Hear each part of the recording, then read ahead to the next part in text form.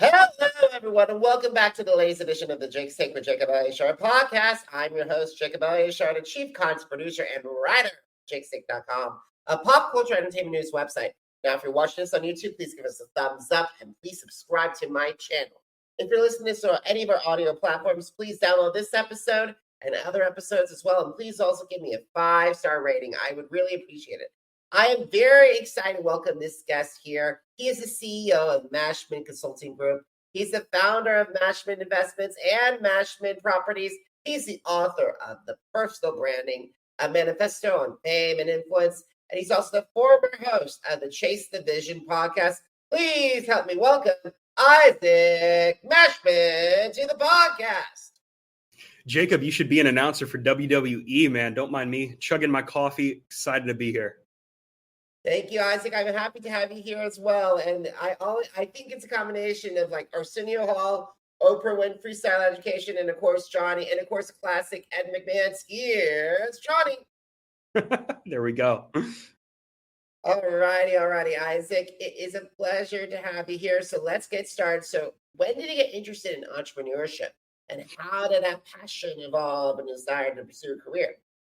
Yeah, well, if I was to look at my entrepreneurial journey, I usually talk about 2017 being the big start, which was when I was in high school and had a clothing line and saw network marketing as an opportunity I pursued for a couple of years. But it actually goes back farther than that. When I was in high school, I would say 15 or 16, I started with a lawn business. And over the summer, I posted the entire neighborhood with flyers. And I had a trailer that hooked up to my bike that I was able to put my lawnmower on, weed whacker on. And I just went around door to door. And that was my first, I suppose, professional entrance. But I had that entrepreneurial spirit, always had that knack for creative, inventions, like in middle school even. But it was in my senior year when I thought that I could do something as a full-blown career. And that was a transitionary period from let me go to college and take the traditional path that I was pursuing to let me take this atypical path and jump in. And that's when I ultimately got involved with the industry of network marketing, did 3 different companies 4 different times. And then over the past 5 years, went from business to business until I eventually figured out, well, what I was good at and what I could see myself scaling and building, which is what I'm doing now. It's an amazing road. And I was actually listening to your YouTube videos before we got on here. And I got to say, you were talking about Scouts. I'm a fellow Eagle Scout, so beautiful. Welcome to the club. Yeah, I only hit Life Scout, so not Eagle Scout. In retrospect, I wish I worked a little bit harder, but Jacob, if I'm being honest, I don't think I deserved it.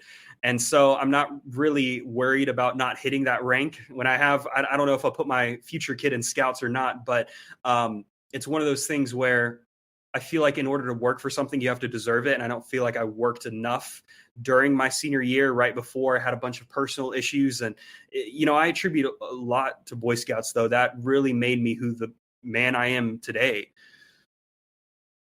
Absolutely. No matter if you are not a lifer or if you're a Life Scout or Eagle or in all 3 proms, I think scouting has been extremely important to my upbringing. And my family, and actually my brother Aaron and I are the only Eagles as of this recording in our family. Wow. Congratulations, man. What was your project? My project actually was a neighborhood drive that benefited Hope House, which is a shelter in Kansas City that helped supported battered women and their children. And I actually donated a truckload of supplies, including children's formula, generally used towels and everything to them. And it was amazing. And it was an amazing experience. I really hope a lot of the kids that are in school right now have the opportunity to go and do those kinds of projects and get back to their community. Definitely. That's cool. All righty. But I respect your hustle, Isaac, because it is amazing to see all the stuff that you have accomplished. And who are your business role models and how did they influence you? My business role models are actually old world models. There are a lot of great mentors and people that I follow online that I attribute a lot of what I've learned to some of those were in the industry of network marketing, but Andy Frisella is one of my biggest guys. I mean, he has a huge company in Missouri, St. Louis specifically, First Form. I've learned so much from him, from the MFCEO days to his new show. But I also have a really deep love for old world, new thought material, early days like Napoleon Hill, Earl Nightingale, Bob Proctor. I'm of the belief that information gets lost as time goes on. The farther away from the source you go, unless you're talking like some really crazy situations like the Quran, right? You're going to lose information. And I want to go as far back as possible. So even from Napoleon Hill, there are other new thought authors that are older than him. And Andrew Carnegie is a great example. He wrote many essays when he was alive, and he is the great American industrialist. And he has a collection of essays that were compiled into a book called The Empire of Business. And it's fascinating to see how many of those essays that were written over 100 years ago apply to us today, and really the industrial infrastructure of America. And that just, I love collecting those old texts and those old materials because I feel like I have a piece of history with me. Absolutely. I do remember reading Napoleon Hill as well, training when I lived in New York City.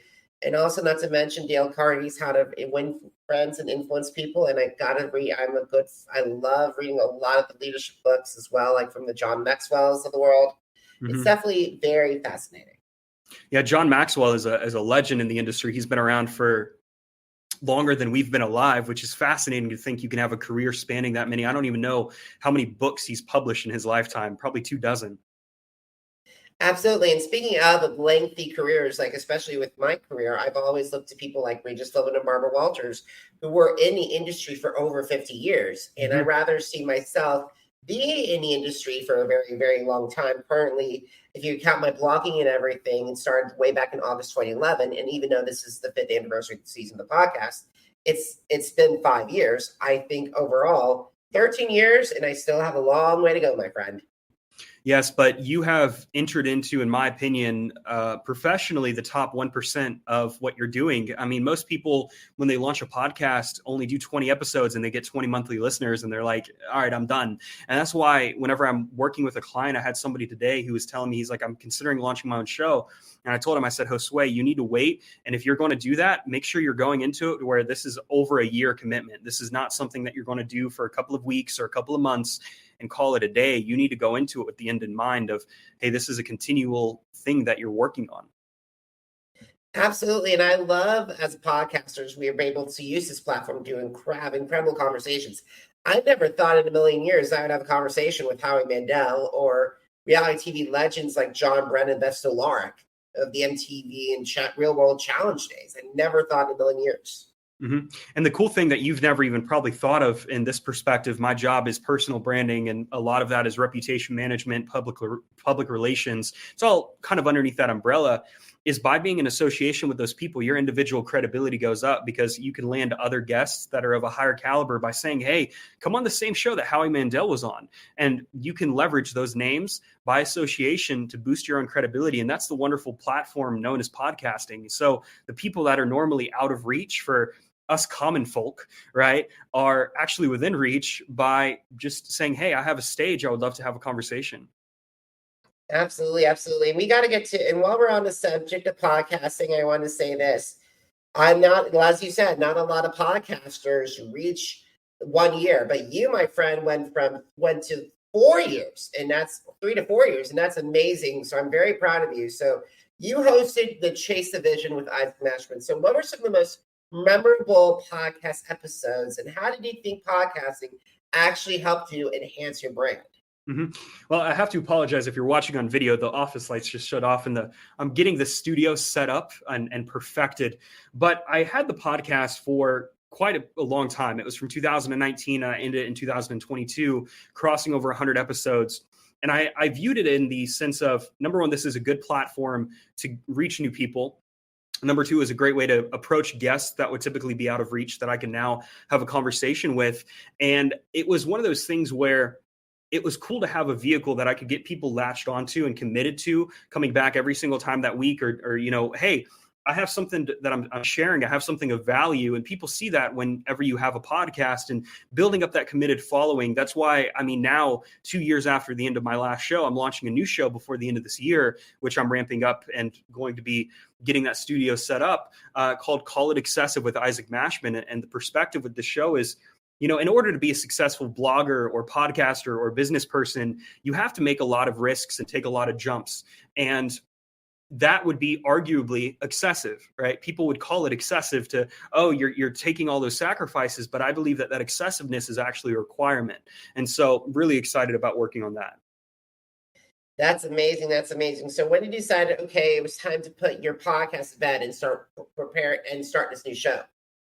It was this pursuit of clarity. I always talk about me going from business to business as a pursuit of clarity. I was looking for something better. I was looking, and I'm not saying I was looking for something better as I couldn't commit to one thing, but I knew that those things that I tried were not my vehicles long term. And so with my show, Chase the Vision, it was cliche. It was that entrepreneur, hustle bro, hustle culture crap that I've ultimately moved on from. And now I wanted to end that and lead into something more mature. And it took me some time to figure out what that would look like. But now in 2024, I'm ready to come and hit the ground running, man. And I cannot wait to hear your new show and see that. If you need a guest, let me know. Absolutely. All right. So I want to go back to, we got to leave the podcast world, talk about some of the challenges that you face and all entrepreneurs face building your own business. And so what were some of those challenges that you faced and how did you overcome those obstacles? One of the biggest issues I would say would be figuring out your offering. Whether you're doing a product-based business and you're selling lotions, potions, or coffee mugs, or you're doing software as a service, like a subscription-based business model. I had a call today and we're trying to figure out the pricing point. Or it could be, in my case, consulting. But even just in the consulting realm, you have 3 different ways you could charge. You can charge per retainer, you could charge for your time, or you could charge per session. And I tried all 3 of those until I finally landed on charging per session, not per hour. And you don't have the answers right off the bat. But as you go through and let's say you try the retainer model, and you see some challenge, you see some things that come up with that, some problems. For example, the customer being able to fulfill their end of the deal and do their homework. Well, if they're having a problem with that, maybe you need to gap out the time. And so a retainer wouldn't be a good model. But I also knew that I didn't want to do some hourly rate and be like a lawyer. And so, well, why don't I offer per session instead? And that's also easier to scale up and have other consultants adopt that same framework. And that was a process that took me 2-3 years to really figure out. And you don't have those answers as soon as you start out in a business, but you try things and you see what sticks, you see what you like, you see what's efficient, you see what problems come up, you're able to address them and ultimately evolve. Business is a game of evolution. Absolutely. And it took me years to figure that out, especially like when it came to marketing social media. I'm like, it took me kicking and screaming to get onto TikTok.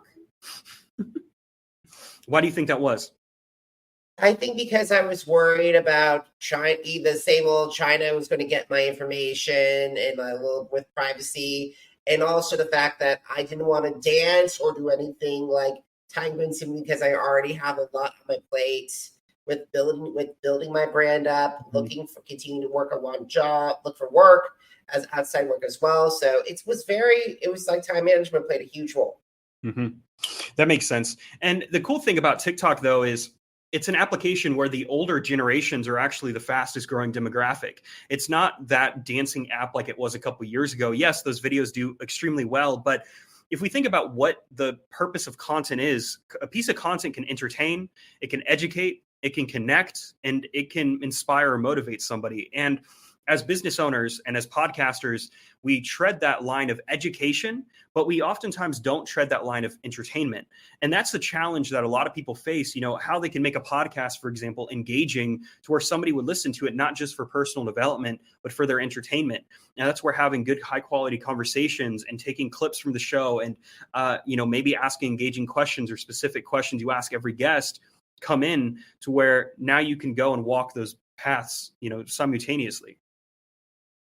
Absolutely. Absolutely. Now I also have to make sure to keep up with those stuff as well, because it feels like at times that when as you and I both know as hosts, it's like sometimes we say, oh, look at the grass is always greener on the other side, because there are people in my industry. I'm like, oh my God, I can't believe you got that guy, that lady, and knows God in that group. I was like, I've been waiting a long time to get them, but it's like, it's like don't accelerate the process. You don't want to burn out.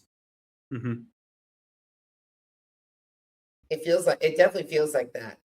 So anyway, in addition to I love that you put all of your stuff into a book. So why did you decide to write personal branding, a manifesto on fame and influence? And how Absolutely. does that book stand out in the business category? Definitely. Well, I have a copy of my book right here, and I'm working on the second edition. This is a relatively short read, 55 pages, published in 2021. The second edition is going to be well over 200 pages and really explain not only the what and why of personal branding, but my new philosophy on personal branding, which is called identity positioning. Now, what is identity positioning? Well, Jacob, where a lot of people go wrong online is they only focus on the brand and they don't focus on the person, right? They talk about their profession. Hi, how are you? Oh, work's stressing me out. How many times has that happened? They don't even talk about how their personal life is. They talk about their business because they make that their identity. And I want to bring people down a notch to where that personal side of you is what will connect people with you and build rapport, which is trust, and build those long-term relationships. And so my second edition of my book is going to talk about not only the what and why of personal branding, but also dive into reputation management and thinking about your personal brand as well, a business of its own that can be monetized, that can be built, that can be grown.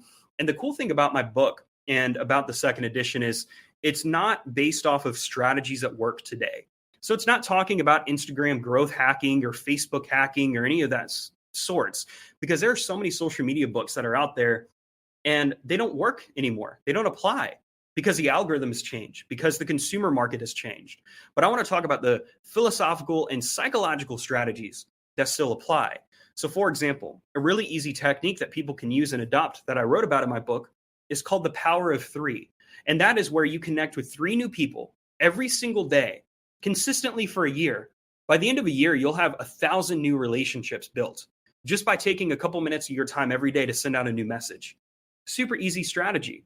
And I'm really grateful for my book because I was able to get it as the #1 new release on Amazon in public relations, top 10 bestseller in the same category. And the second edition will be so much bigger.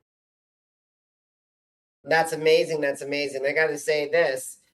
How long does it take you? How long did it take you to write this first version? And and with the second version, is it taking longer because you're deciding, wait a minute, is this safe for volume 3, or I should have expanded upon that?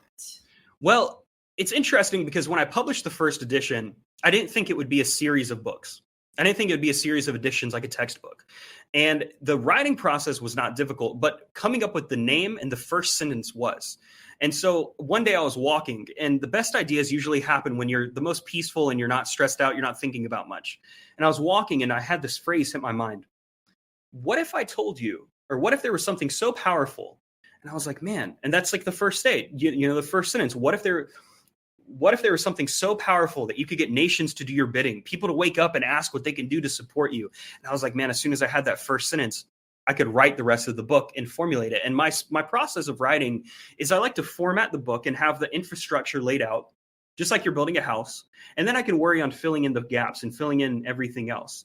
And so the second edition, I have all of the chapters laid out of what I want to discuss, what I want to cover. And from there, I just go chapter by chapter. And I do voice to text. And so I'll sit down, I'll have Google Docs open, and I'll do voice to text and knock out 2 pages at a time. And then from there, go in and edit it for grammar. And writing a book is a tremendous feat, but it's something that is so achievable today because the barriers of entry are really low. You don't have to go through a publishing house to get a book published anymore. You can use Amazon KDP or Draft2 Digital or Barnes & Noble Press and all of these other tools to get your book out there into the world. Absolutely, absolutely. It's definitely something about that. And one of these days, I definitely would love to write a book about all my ventures. Do it. I challenge you. All right. I may take you up on that challenge, and maybe for 40, I may do something. Good. All right. So who are your dream clients? The best clients that I've ever worked with are the people who have built tremendous success offline, but have really done nothing online. So if you think about the lawyer who's been practicing law for 15 years and has a law firm, or a doctor or a business owner who is building a great company offline, but now wants to get onto the digital space and talk about their career, grow their business, or even go into the field of mentorship, those are usually the best clients in terms of revenue and being able to delegate tasks and giving me the flexibility to come in and lay the groundwork. Because Jacob, one of the worst things, but the best things I can hear as a consultant is that, Isaac, I wish I would have done this a couple of years ago. And so working with the people who are now getting onto that space and not knowing where to go, I'm able to come in and be their superhero. And, whether they're working with me or another consultant of MCG, it gives them that runway to take off. Absolutely. And you brought up your consulting agency. What are you looking for? Because a lot of people who are watching this right now are looking for work and are thinking about consulting. So if they had a chance to say, hey, to email you and say, I would love to learn more about your firm or have an informational interview, what would you tell them? What are the qualities that you are looking for in potential people to join your companies? I love that corporate question. I absolutely adore that. It's one of those things where I want people who have their own ambitions. I want the person who can align and attach their success with the firm's success, because we're not going to necessarily hold your hand and give you clients. I want you to go out and land your own clients, somebody who wants to build their own personal brand, somebody who wants to maybe write their own book or do their own public speeches. Those are the people who I can train up and say, hey, this is our methodology. This is identity positioning. This is how you can approach people. Go out into your own network, go out into your own world, and find people who also want to grow their personal brands.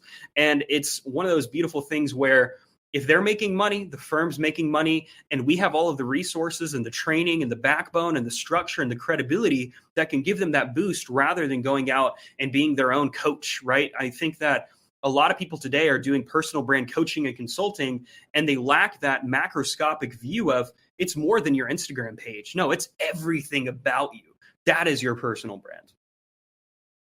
Absolutely, absolutely. So while we're on the subject of social media, let's talk about it. And what are your favorite ways to connect with people? And what are some of your favorite social media toolbox?